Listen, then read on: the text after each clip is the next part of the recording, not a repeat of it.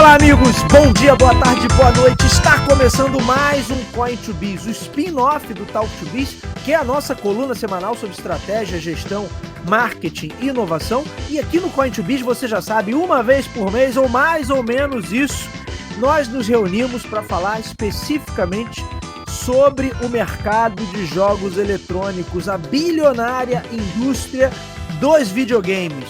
O meu nome é Bruno Garcia, eu sou professor e profissional nas áreas de marketing e business, host aqui do canal Talk2Biz. Tenho mais uma vez ao meu lado o nosso querido amigo Ítalo Cassini, que está aqui integrando comigo a bancada do Coin2Biz. Ítalo, seja muito bem-vindo para mais um episódio. Opa, um prazer estar aqui discutindo sobre jogos e falando sobre esse mágico mercado dos games. É verdade, ainda é mágico, né? Então de vez em quando eles desencantam um pouquinho, causam aquela desilusão coletiva, mas ainda é um mercado mágico, Ítalo. Pessoal, lembrando sempre que o nosso podcast, o Coin2Biz, ele integra o feed do Talk2Biz. Portanto, você vai lá na sua plataforma de podcast predileto, vai buscar por Talk, o número 2 e Biz, que vai nos encontrar, ou no YouTube. Além de ouvir o podcast no formato em áudio, você também pode assistir ao nosso programa, portanto, todos os episódios ficam com a versão em vídeo disponível no nosso canal no YouTube, e vocês podem ir direto nos nossos endereços virtuais, talk2biz.com, talk2biz.com.br e coin2biz.com.br. Senhor Ítalo Cassini, a gente nos últimos 2 programas a gente falou sobre Nintendo. A Nintendo com Switch 2, a Nintendo vai ter a maior plataforma de todos os tempos,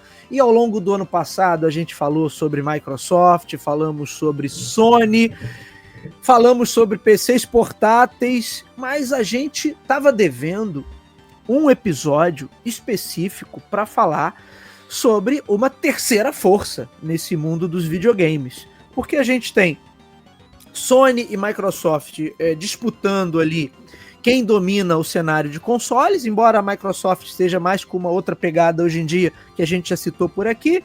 Nintendo tem o posicionamento próprio dela, aquele mundinho ali mágico, cercado, que ninguém consegue pegar uma fatia dela, ela tá aí em paralelo, né, às demais plataformas. E a gente tem o PC Gaming. A gente tem o PC Gaming, e quem domina o PC Gaming? A gente já falou aqui que outras empresas estão de olho nessa fatia do PC Game, né, Ítalo? A gente falou da própria Microsoft e da dona Sony, o quanto elas já mudaram a sua estratégia ao longo dos últimos anos para fisgar uma fatia ali, aumentar a participação no bolo do PC Game. Mas na verdade mesmo, quem nada de braçada no PC é a Valve, dona da queridíssima plataforma Steam. Ontem mesmo, Ítalo, eu sou o rei dos jogos indies aqui, dos jogos alternativos. Eu comprei um joguinho de luta que relembra aqueles filmes clássicos de Kung Fu. Peguei o bundle, peguei logo a versão 1 e 2 ao mesmo tempo. Shaolin versus Wu-Tang. E aí tava jogando aqui hoje, depois. Acho que eu vou criar um canal. Já tô pesquisando. Eu vou criar um canal aqui, Ítalo. Vou criar um canal só pra falar sobre jogos de luta e esses joguinhos indie. Mas aí o jogo tem aquela sonorização. Parece que você tá num filme daqueles de. Lembra que na Band antigamente tinha sessão Kung Fu? Lembra que tinha sessão Kung Fu? Tá vendo aí qual é o jogo? Cara, é isso. Tô vendo, e é com foto, é tipo Mortal Kombat, cara. Não, mas não chega a ser não é com foto. Não é com foto, não é. É 3Dzão ali, 3D, não é um 3D também. Não é um 3D de primeira, não é Virtua Fighter 6 ou Tekken 8, não é isso. Tô vendo. Mas Shaolin assim, versus Wu-Tang. Mas é muito legal, cara. Eu não acertei ainda a jogabilidade, testei meia horinha só hoje, tem algumas questões ali pra eu testar ainda, mas só o efeito sonoro ali, o design de som, que parece que você tá num daqueles filmes da sessão Kung Fu. E é claro, se você olhar no cast aí, você vai ver que tem várias referências a Jackie Chan, Jet Li, Bruce Lee, Gordon Liu, Chuck Norris, né? E outros. Sim, muito bem avaliado. E muito bem avaliado.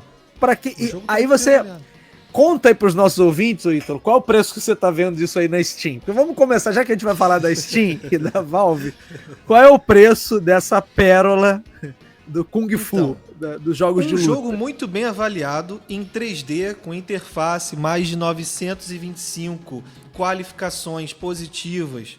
O jogo se encontra no momento a R$ 27,89. É isso. Eu comprei o pack 1 e 2 a R$ 45,99. É isso aí. Então, a gente já tá de partida aqui mostrando hoje por que a Steam cada vez mais se consolida como a queridinha entre os jogadores. E mesmo para quem tinha aquela ressalva, que é uma ressalva de fato, a gente já falou sobre isso aqui, mas você vai jogar no PC, não é a mesma experiência, porque daqui a pouco o antivírus vai abrir, ou o Windows vai dar algum aviso maluco ali de atualização, ou sei lá, qualquer notificação, qualquer pane no sistema que vai atrapalhar ali o ambiente. Verdade, tudo isso é fato, já comentamos sobre esses problemas aqui. Mas você tem aquele modo Big Picture da Steam, que você já melhora um pouquinho, não resolve tudo, mas já melhora um pouquinho. Mas é legal pra caramba. É legal pra caramba, né?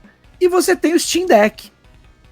Não só o Steam Deck, como todos os outros PCs portáteis que vieram aí a reboque do Steam Deck. E que hoje tornam essa experiência de você... Sem brincadeira, Ítalo. Eu outro dia tava pensando, cara, vou pegar um Steam Deck aqui, porque eu não quero mais me apurrinhar com esse notebook, sabe? Então, eu vou pegar o Steam Deck. A vontade, exato, a vontade existe. Porque, assim, eu ligar aquilo ali e jogar. Sem me preocupar de mexer nisso, mexer naquilo, se vai, não sei o que, tem que desabilitar o antivírus, tem que desabilitar não sei o que, sabe? Simplesmente ligar e jogar. Então, de largada, a gente está falando de uma plataforma que é muito mais democrática e muito mais acessível. Eu sei que, enquanto empresa, a Valve nem de longe se compara com as outras que a gente citou aqui. Então, eu peguei alguns números aqui que estão na nossa pauta. A avaliação da Valve em maio de 2024, os links eu vou deixar na descrição do episódio, pessoal, se vocês quiserem conferir as notícias originais, o conteúdo original que a gente usou como base para essa pauta. Mas vamos lá, em maio de 2024, a Valve estava avaliada em cerca de 8 bilhões de dólares. A empresa é detentora do Steam e de jogos como Portal, Half-Life, Team Fortress e Counter-Strike. Só pedrada.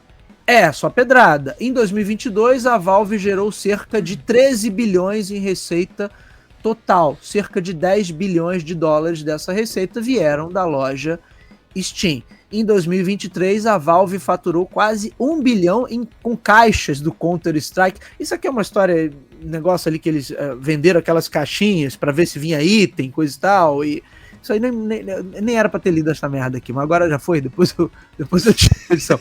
Mas só pra mostrar a força, o Ítalo, que os camaradas têm, o recorde deles até agora, tem um recorde recente, 24 de março de 2025, o Steam tinha 24 milhões de usuários ativos simultâneos, mas ela já teve um pico de até 41 milhões de usuários ativos. Então a gente não tem aqui um número exato, eu encontrei na verdade, Ítalo, números conflitantes aí do número de usuários que a Steam tem. Mas aqui na verdade também isso não faz tanta diferença, porque você não precisa de muita coisa para ser usuário Steam. Você não precisa pagar nada, você não precisa baixar e criar um login e senha. Só isso. E talvez o cara crie o login e senha para simplesmente jogar um jogo. Como eu baixei aqui o Pinball Fantasy outro dia, Arthur cismou que queria jogar Pinball. E aí eu falei, vamos procurar um bom jogo de Pinball aqui. Aí eu baixei aquele Pinball, acho que é Pinball Fantasy, ou Pinball FX, algo assim, que é gratuito, e você tem 2 ou 3 mesas ali para jogar gratuitamente, e depois se você quiser, aí tem o pack do Star Wars, tem o pack da Marvel, tem o pack do Lego, enfim, e várias mesas clássicas que existiram de verdade, né, você pode pagar ali por aquele DLC, por assim dizer. Mas é uma plataforma muito robusta, muito bacana, muito democrática, e que, de repente, até o camarada que não tá com um PC tão atualizado, né, o Ítalo, mas ele consegue ali, vai ter jogo, vai poder jogar alguns jogos mais simples. Exatamente. Então, a ideia desse programa é de falar assim, será que a Steam, silenciosamente, já não é, o Ítalo, a maior plataforma de todas?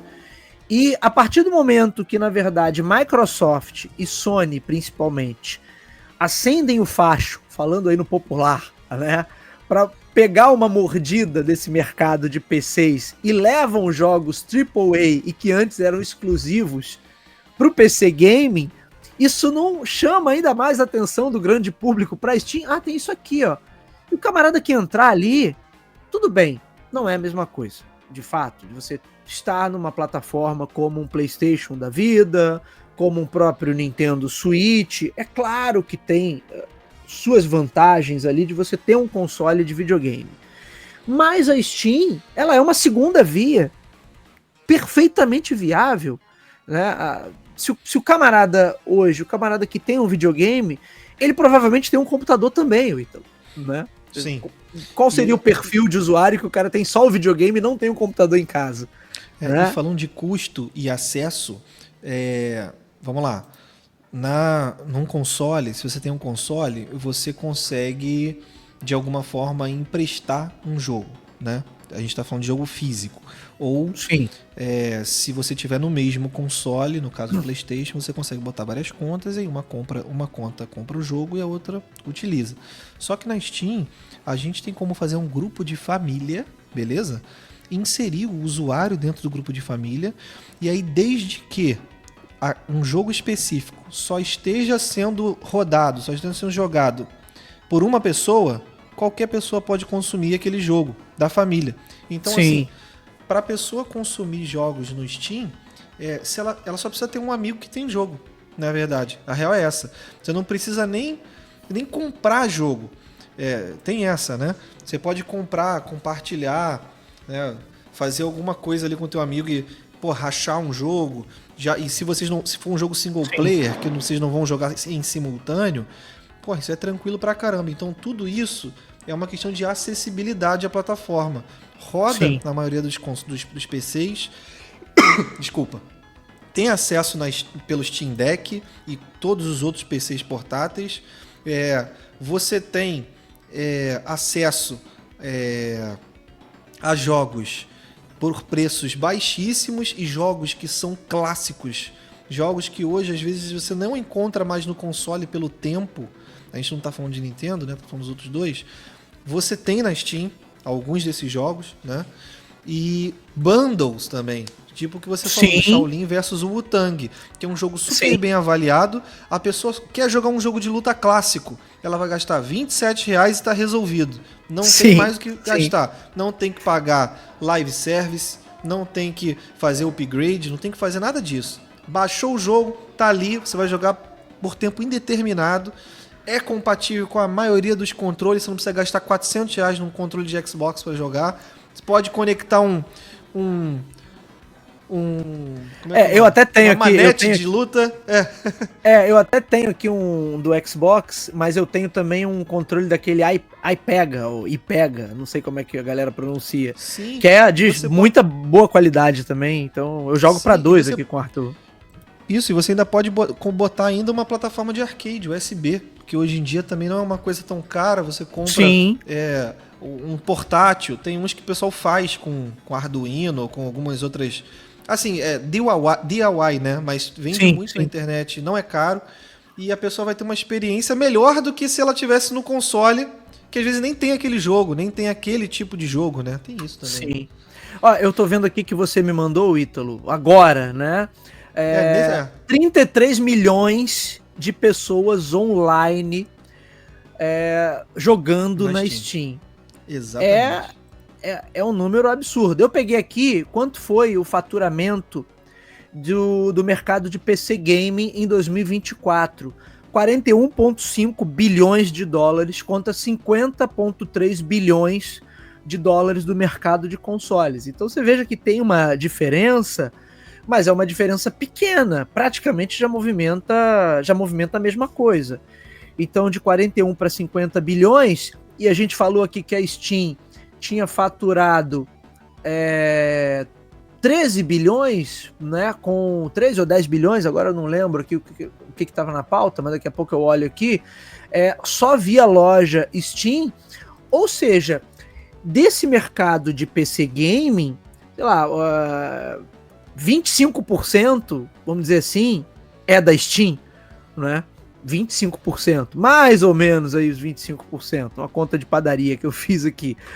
Agora, eu acho que quanto mais a Steam se aprimora, e a Valve vai aprimorando a plataforma, quer dizer, mais as pessoas vão jogar. Inclusive surgiram rumores aí, eu acho que eu devo ter te mandado esse link também, que a Microsoft estava fazendo uma oferta, eu querendo fazer uma oferta pela Valve.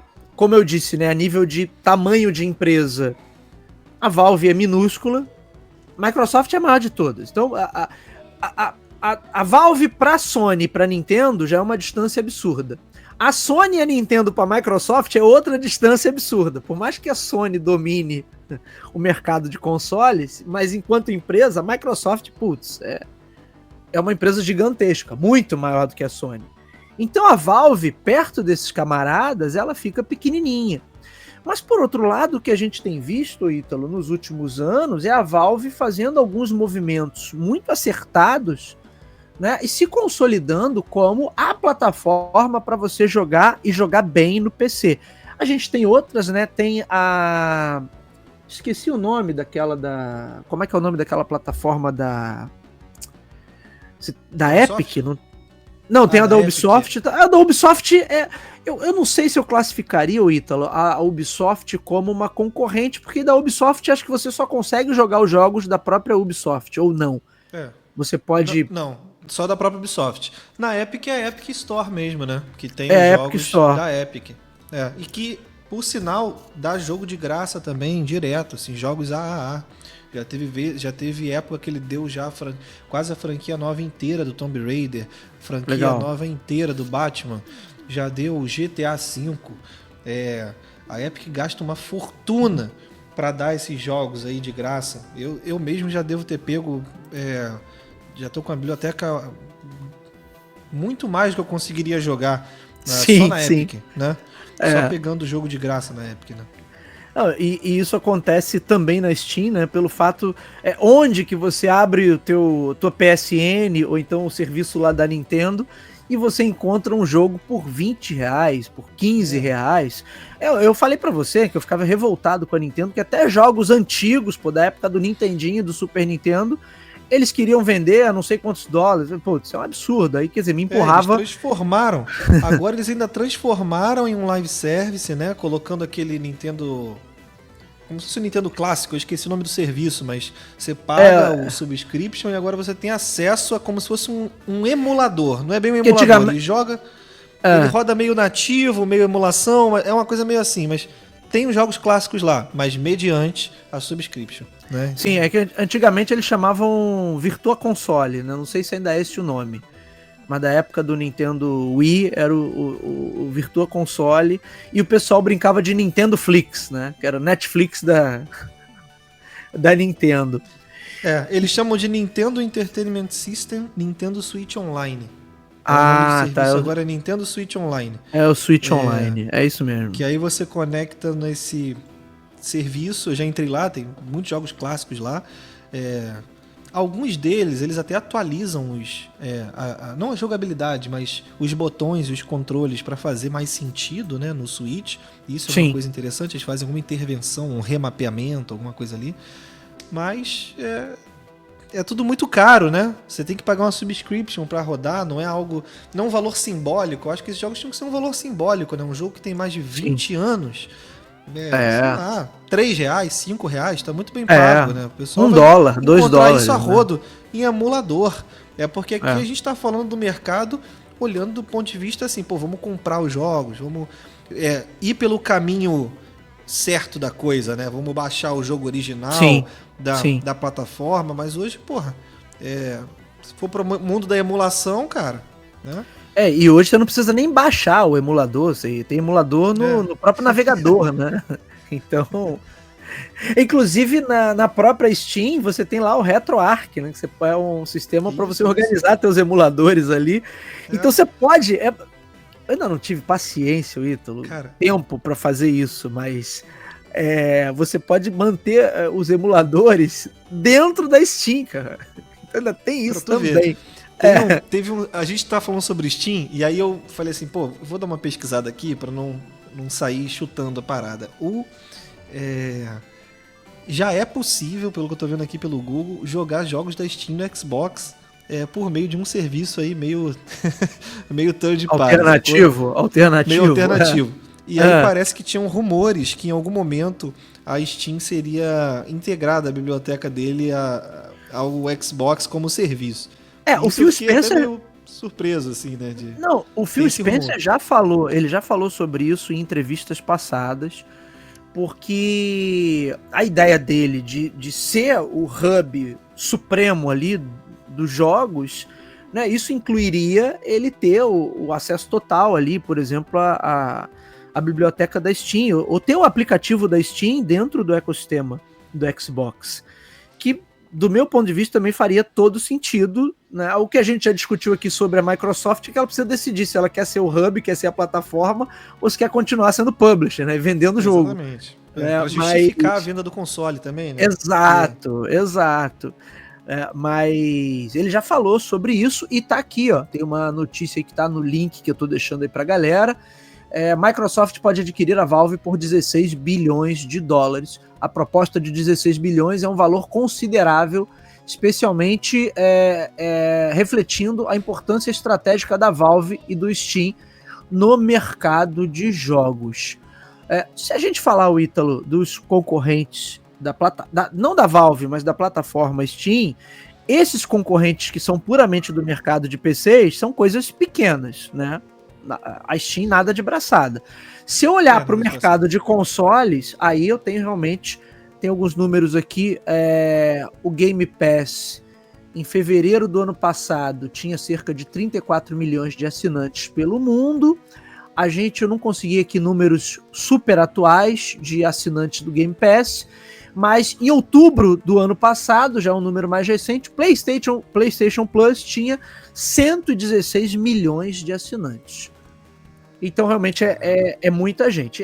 Mesmo que você pense assim, bom, tudo bem, eles vendem os jogos mais caros, você não tem um negócio tão democrático quanto tem na Steam, mas você pensar que o camarada pode vender alguns DLCs ali por um punhado de dólares, só essa compra residual de uma plataforma que tem 116 milhões de pessoas, é muito dinheiro entrando para a Sony todo mês. Né? Com besteira, assim, com moeda virtual de jogo, sabe? Imagina quanto não entra de grana. É isso. Mas você não consegue... eu não sei qual é a tua percepção em relação ao mercado de PCs, se ainda é um mercado muito difícil, porque, de fato, né, você lidar com jogos no computador demanda um conhecimento um pouco maior. Você vai precisar mexer em algumas coisas, minimamente, às vezes, configurar controle, configurar resolução de tela. E para o mercado de videogames você não tem nada disso. Você ligou ali, qualquer um, né? Liga, conecta na TV e já está funcionando. Será que é essa ainda a barreira que o próprio Steam Deck tá nessa vibe aí de tentar modificar um pouco isso, né? Existe ainda essa barreira, né, no mercado do PC.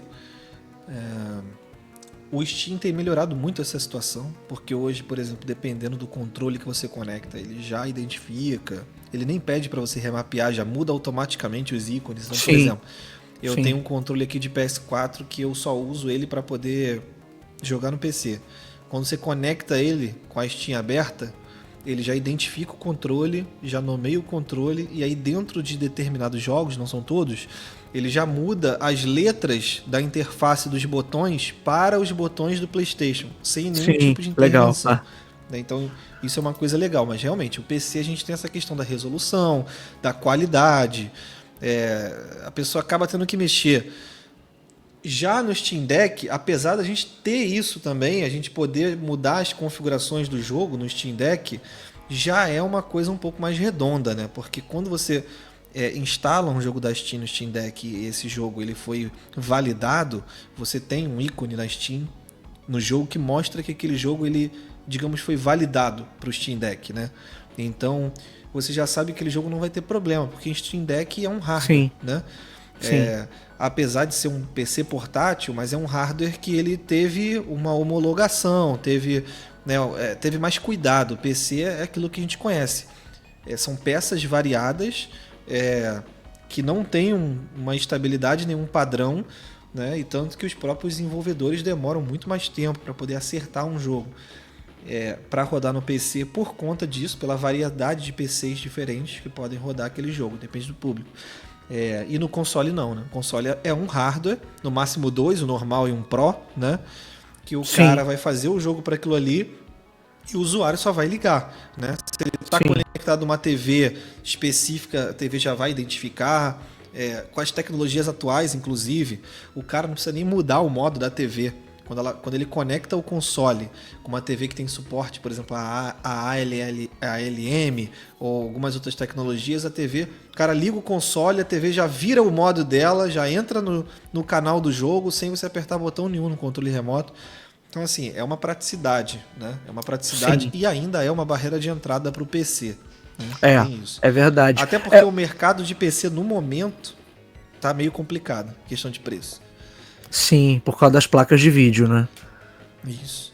Até curioso, assim, porque eu tenho meu notebook aqui onde eu jogo, e se eu ligar na TV aqui do escritório, é uma situação. Outro dia eu levei ele pra sala pra jogar com o Arthur, e teve alguns jogos que não funcionaram lá, ou ficaram extremamente lentos, e isso é alguma coisa de incompatibilidade da TV, com a TV, né? Não tem nada a ver com o notebook. E a TV, por exemplo, se a TV for 4K, você conectou o notebook na TV, a resolução padrão do notebook geralmente é entre HD e Full HD. Você está rodando tranquilo ali. Conectou o notebook na TV, ela puxou a resolução nativa, 4K, para o notebook.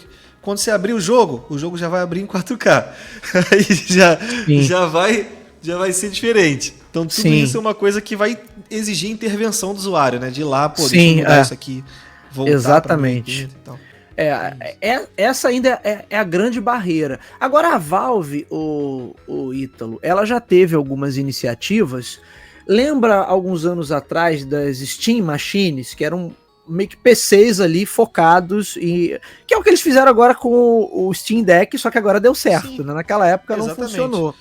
É uma coisa híbrida, né? Eu acho que isso deu muito mais certo do que o Steam Machine, que era nitidamente um console. Um PCzão ali, um PCzão. Apesar de você tocar nesse assunto da Steam Machine, ainda existem rumores que a Steam tá, digamos, trabalhando em um console Steam, né?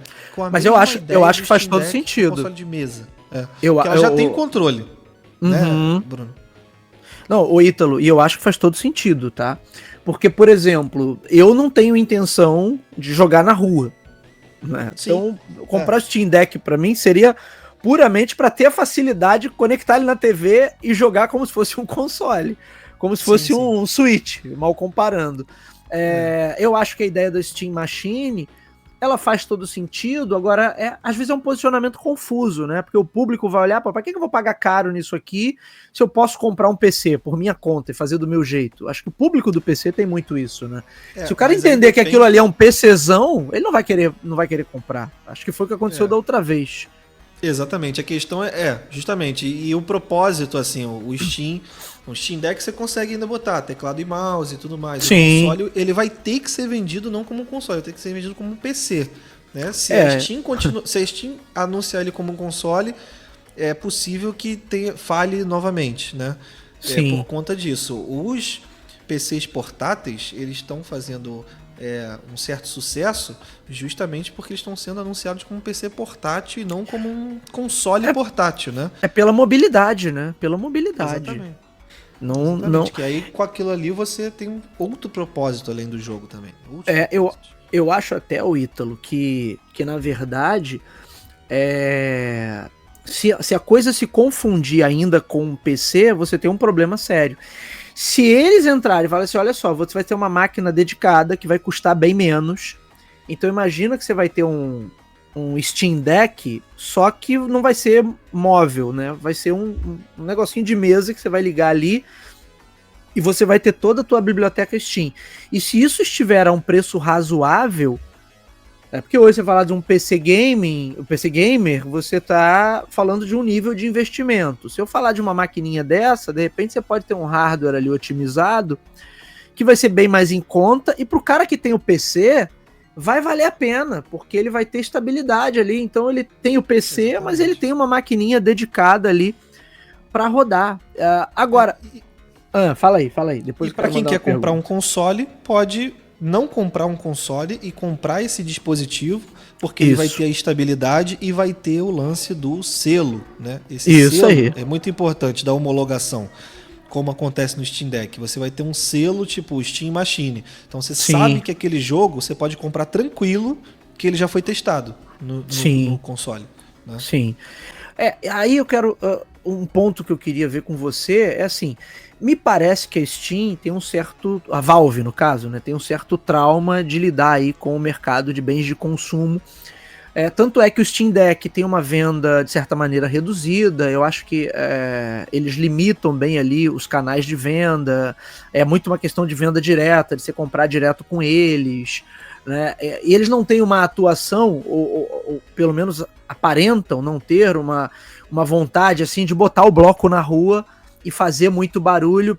Preferem, pelo menos por enquanto, continuar assim, meio underground, né? Olha, tem essa opção aqui também, mas eu acho até que o Steam Deck, o sucesso que ele faz, né, é muito mais assim, por conta de ter caído no gosto do público. De fato, você tem um aparelho muito bom, muito robusto, e aí outros fabricantes estão indo e fazendo muito mais barulho que a própria Valve. A Valve mesmo não faz tanto barulho assim, e acho que ela não quer, talvez ela não queira esse confronto tão aberto e tão direto com outras empresas que são muito maiores, né? O problema que eu vejo, né, o fato dela talvez não trabalhar tão bem isso,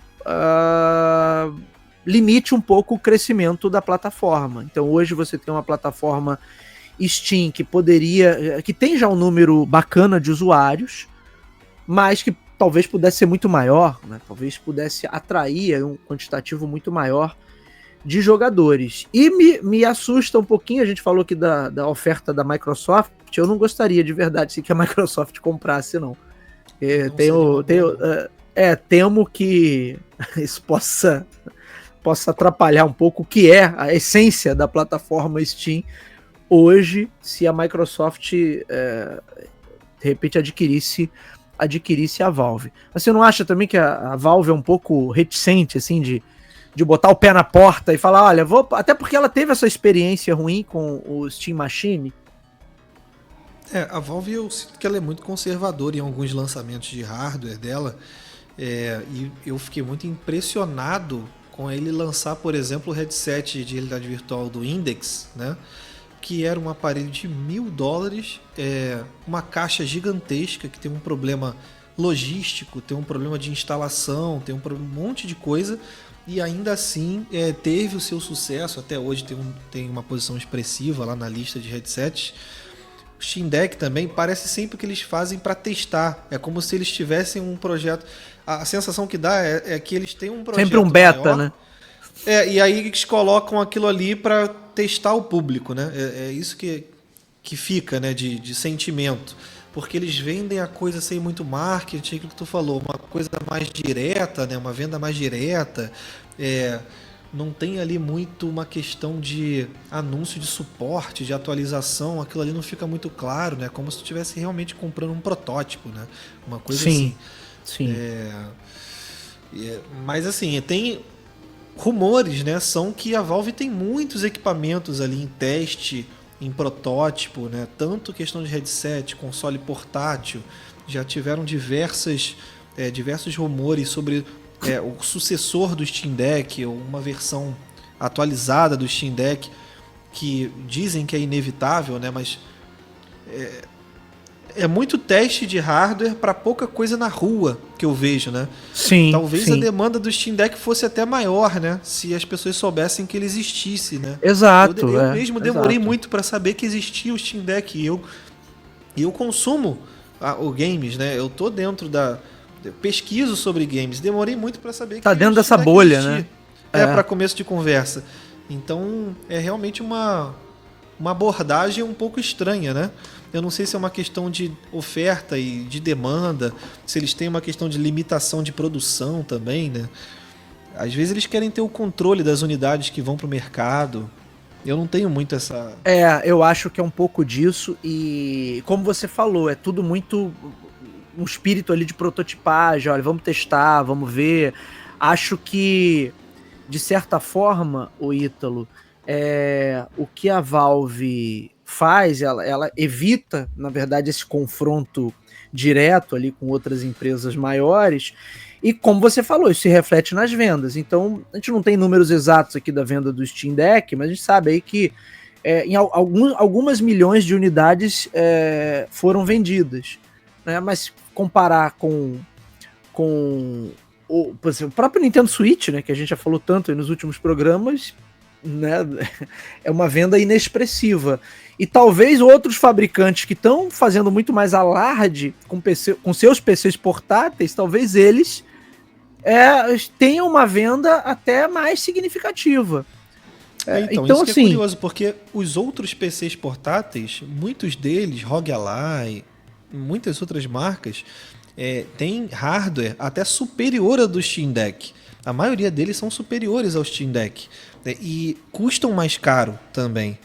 Só que as pessoas conhecem primeiro, é o que eu vejo pelo menos das pessoas aqui ao meu entorno, aqui os meus amigos, conhece primeiro o outro console, outro PC portátil, para depois saber que o Steam Deck existe, né? Justamente por conta disso, dessa abordagem, né?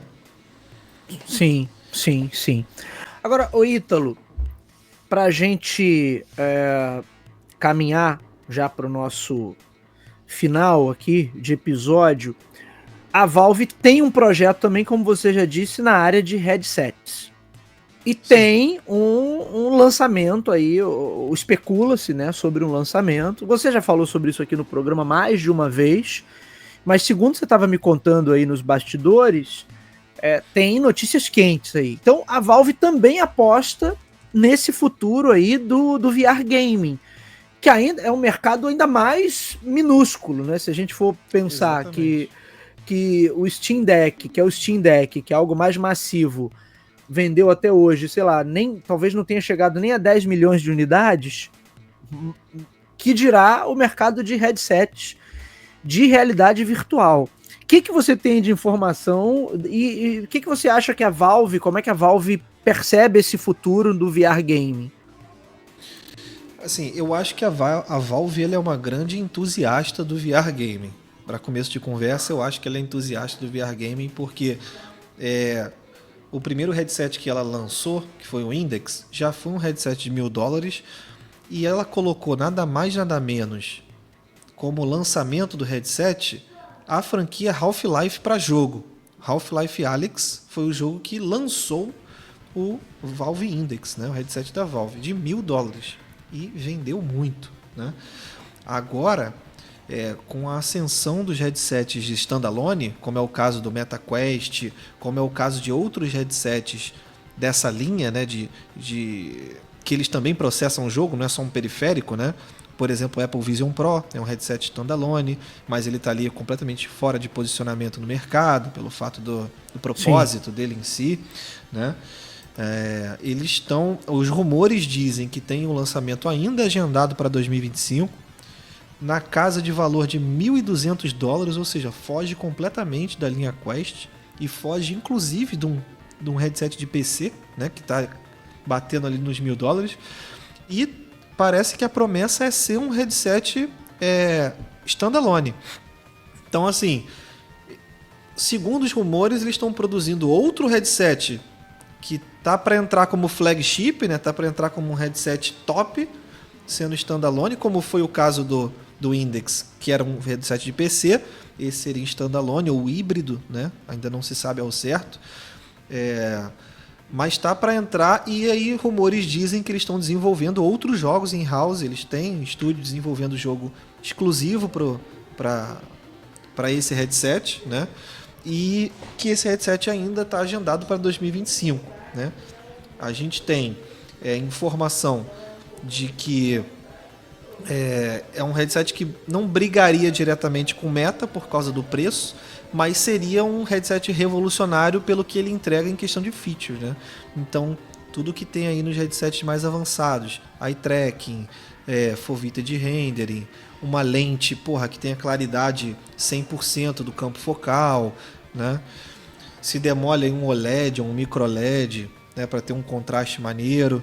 A gente não tem ainda específico falando sobre isso, mas o que dizem é que vai ser um headset bem top, né? Um sistema de áudio que, utilize o áudio do Valve Index, que foi um áudio referência. Quando o Valve Index lançou no mercado, ele tinha o melhor áudio de VR de todos os headsets. Era um áudio que você tem literalmente um alto-falante flutuando, desencostado do seu ouvido, assim, flutuando no seu ouvido.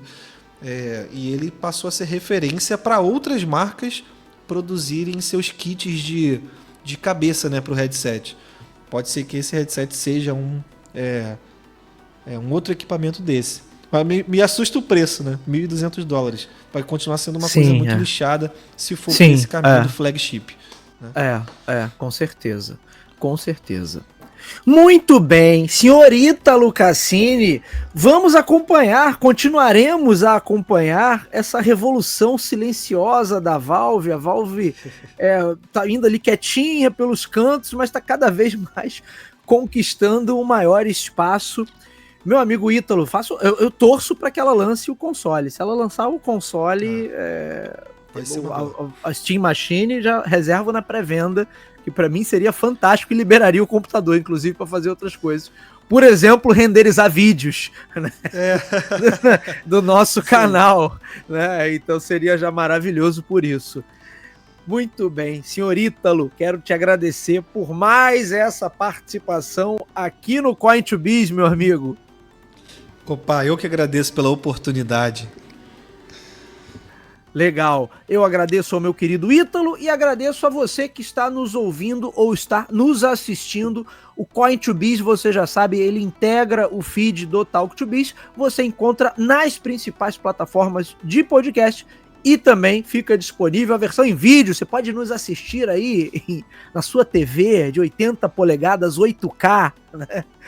Tem o prazer de nos ver, né? Pelo nosso canal, o canal do Talk2Biz no YouTube. É isso, meus amigos. Ítalo, obrigado mais uma vez pela sua participação e obrigado a todos vocês. Voltamos na semana que vem. Um abraço a todos. Até lá. Valeu! Um abraço.